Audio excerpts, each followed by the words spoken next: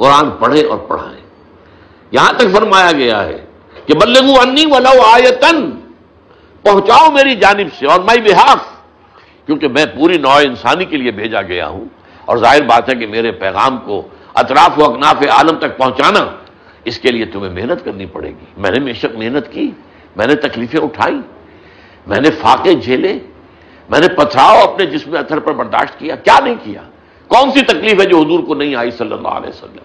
ہم حضور کے امتی بنے پھرتے ہیں، لیکن ہم نے اس دین کے لیے، اس قرآن کے لیے، اس دین حق کے لیے کتنی محنت کی، کتنی مشقت جھیلی، کتنی قربانی دی، کیا بھاگ دوڑ کی۔ اس اعتبار سے قابل غور مسئلہ ہم سب کے لیے، اس لیے کہ دنیا کو ہمارے خلاف جو ہے مقدمہ لے کر آ جائے گی اللہ کی عدالت میں۔ اے اللہ تیری کتاب ان کے پاس تھی، یہ خزانے کا سانپ بن کر بیٹھے رہے، نہ انہوں نے خود عمل کیا نہ ہمارے تک پہنچایا، تو اصل مجرم تو پھر یہ ہے۔ یہ مدعی تھے کہ یہ اللہ کا کلام ہے جو ہمارے پاس ہے، اور بڑے شوق سے محفلیں بھی منعقد کرتے تھے، اور سارا کچھ معاملہ ان کا جو ہے ہوتا تھا، حفظ بھی کرتے تھے، یاد بھی کرتے تھے، پڑھتے بھی تھے، تراویح میں سنتے بھی تھے نماز کے اندر کھڑے ہو کر، لیکن یہ ہے کہ انہوں نے قرآن ہم تک تو نہیں پہنچایا۔ تیرے نبی کی امانت جو ان کے پاس تھی انہوں نے خیانت کی، ہم تک نہیں پہنچائی۔ تو ظاہر بات ہے کہ اس کی جواب دہی جو ہے امت مسلمہ کو کرنی ہوگی۔ میں نے یہ چند باتیں آپ سے عرض کی ہیں، آپ ان پر غور کیجئے، اور اللہ تعالیٰ آپ حضرات کو بھی، جو بھی اس ابھی عمر کی سٹیج میں ہیں کہ عربی زبان سیکھ سکتے ہیں، اور بہت مشکل نہیں ہے، ذرا سی محنت درکار، تھوڑی سی عربی کا جو ہے گرامر کا شعور ہو جائے تو پھر آپ کو معلوم ہوگا کہ یہ تو ہماری زبان ہی کی طرح ہے بالکل۔ اور خاص طور پر قرآن کی عربی جو نہایت سادہ ہے، بہت عمدہ ہے، وَلَقَدْ يَسَّرْنَا الْقُرْآنَ لِلذِّكْرِ فَهَلْ مِن مُدَّكِرٍ، سلیس زبان میں ہے، عربی سلیس، اور عربی مبین اسے قرآن مجید خود کہتا ہے۔ اسے موٹو بنا لیں، خیرکم، اب نوٹ کیجئے، یہ حضور کا فرمان ہے۔ اگر ہمیں کچھ بھی ایمان اور یقین ہے حضور کی نبوت اور رسالت پر، تو اس کی اہمیت کو سمجھنا چاہیے۔ ہمارے نزدیک زیادہ بہتر کون ہے؟ جو زیادہ اونچے چلے گئے کاروبار میں، زیادہ اونچے چلے گئے ملٹی نیشنلز کی ملازمت کے اندر۔ ہمارے ہاں کامیاب کون ہیں؟ جنہوں نے کسی سائنس کے میدان میں جو ہے وہ جو ہے اونچا مقام حاصل کر لیا، وغیرہ وغیرہ۔ حضور کچھ اور فرما رہے ہیں صلی اللہ علیہ وسلم، خیرکم، اور یہ سپرلیٹو ڈگری ہے خیرکم یہاں پر۔ آپ کو معلوم ہے انگریزی میں کمپیریٹو ڈگری ہوتی ہے، سپرلیٹو ڈگری ہوتی ہے، گڈ، بیٹر، بیسٹ، بیٹر کے بعد بیسٹ آتا ہے۔ عربی زبان میں دو ہی ہیں، یہ جو ایک اس کے بعد اگر من لگ جائے گا تو اس کے معنی ہوگے کمپیریٹو، انا خیر من ہو، یہ ابلیس نے کہا تھا کہ میں اس آدم سے بہتر ہوں، تو من لگ گیا تو یہ بہتر کا ترجمہ ہوگا، اور اگر من نہ لگا ہو تو پھر یہ سپرلیٹو ڈگری ہوگی، خیرکم، تم میں بہترین لوگ وہ ہیں جو قرآن سیکھیں اور سکھائیں، سمجھے اور سمجھائیں، پڑھیں اور پڑھائیں، اور پھر اس سے آگے بڑھ کر اللہ تعالی ہم سب کو توفیق دے کہ اس قرآن کے نظام کو دنیا میں قائم کرنے کے لیے یہ مملکت خداداد پاکستان، جس کو اس وقت بہت شدید خطرات لاحق ہیں، اللہ تعالیٰ جو ہے اس پاکستان کی حفاظت کرے،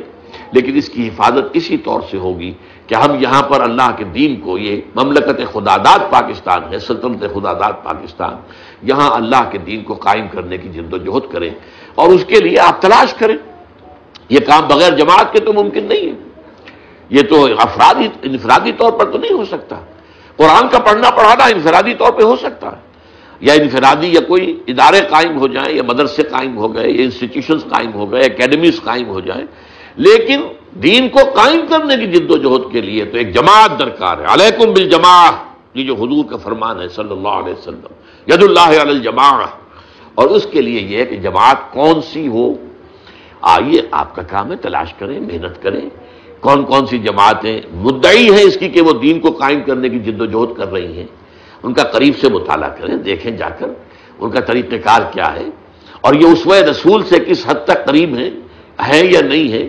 اس کے لیے یہ کہ یہ سارا مشاہدہ اور یہ محنت اور یہ تلاش اور یہ ریسرچ بھی جو آپ کریں گے، یہ بھی جہاد فی سبیل اللہ کے ضمن میں آئے گی، اس لیے کہ ارادہ آپ کا یہ ہوگا کہ میں جس جماعت کے اوپر بھی دل ٹھک جائے گا اس میں شامل ہو کر اس جد و جہد میں عملاً حصہ لوں۔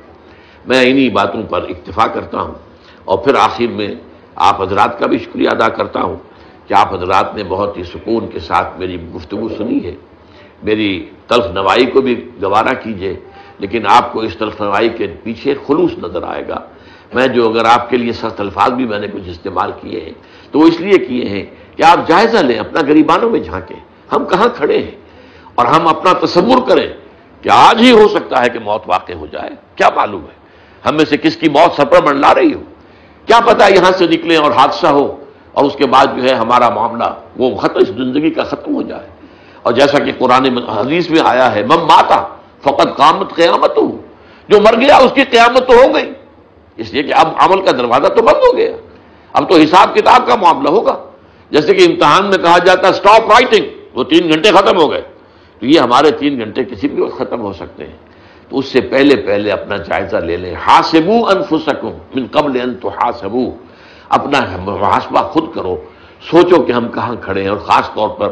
آج کی جو محفل قرآن مجید کے حوالے سے ہے، کہ قرآن کے حوالے سے میں کہاں کھڑا ہوں، میں کیا کہوں گا اللہ تعالیٰ کے ہاں جا کر کہ تم نے PhD بھی کر لی تھی لیکن تم نے عربی اتنی بھی نہ سیکھی کہ میری کتاب کو تم سمجھ کر پڑھ سکتے۔ اللہ تعالیٰ ہم سب کو توفیق دے، اللہ تعالیٰ ہم سب کو آخرت میں سرخرو کرے۔ اقول قولی ھذا واستغفر اللہ لی ولکم ولسائر المسلمین والمسلمات۔